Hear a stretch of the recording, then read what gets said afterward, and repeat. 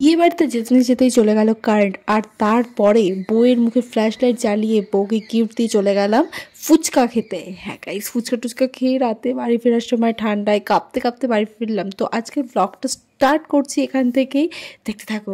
Hello everyone, welcome to my new video. আজকের ভিডিওটা হবে খুব একটা ইন্টারেস্টিং ভিডিও। কেন বলছি, চারিদিকে এত বিয়ে, একটা বিয়ের ইনভিটেশন নেই আমাদের, তাই জন্য আমরা ঠিক করেছি আজকে বিনা ইনভিটেশনে যাব, আর সেটাই তোমাদের সাথে আজকে শেয়ার করবো। আজকে খুব ইন্টারেস্টিং ভিডিওটা হচ্ছে একদম স্কিপ না করে দেখতে থাকো। তো চলো, একদম রাস্তায় গিয়ে তো দেখতে হবে কোথায় যাব, তো সেগুলো সবকিছু তোমাদের সাথে শেয়ার করবো, দেখতে থাকো। তো এটা ছিল আমার ফাইনাল লুক, মানে পুরো লুক। এখনো অন্যান্য বাকি ছিল, কানের দুল পরা বাকি ছিল লাস্ট। তো আমি পুরো রেডি হয়ে চলে এসেছি একদম অন্যার কানের দুলটা পরে। লাস্টে রাস্তায় যেতে যেতে কানের দুলের গুজি খুলে পড়ে গেছে গাইজ, আর কি বলবো। তো তোমরা কি কোনো বিনা ইনভিটেশনে বিয়ে বাড়িতে গেছো? যাওনি তো এই ভিডিওটা দেখো, মানে এতটা কনফিডেন্টলি কি করে যে যায় মানুষ, সেটা আমাকে দেখে শেখো। যেন মনে হচ্ছিল আমাকে ইনভাইট করা হয়েছিল। তো আমরা প্রথমেই গেছিলাম হচ্ছে ফুলিয়াতে, তার আগে তেল ভরে নিয়েছিলাম।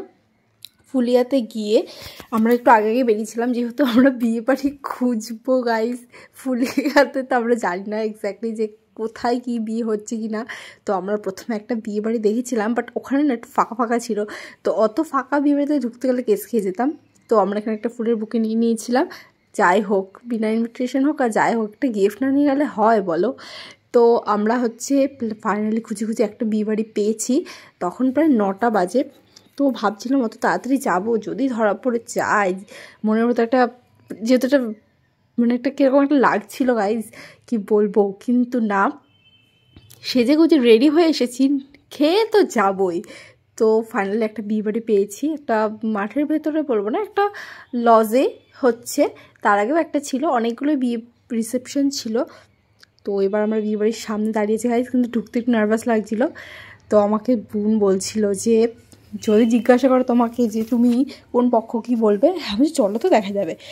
আর তার মধ্যে গাইজ যেই বিয়ে বাড়িতে ঢুকেছি অমনি চলে গেছে কারেন্টে যাওয়ার সাথে সাথে সেই সুযোগে বউরে গিফট দিয়ে পালাইছি ফুচকা খাইতে।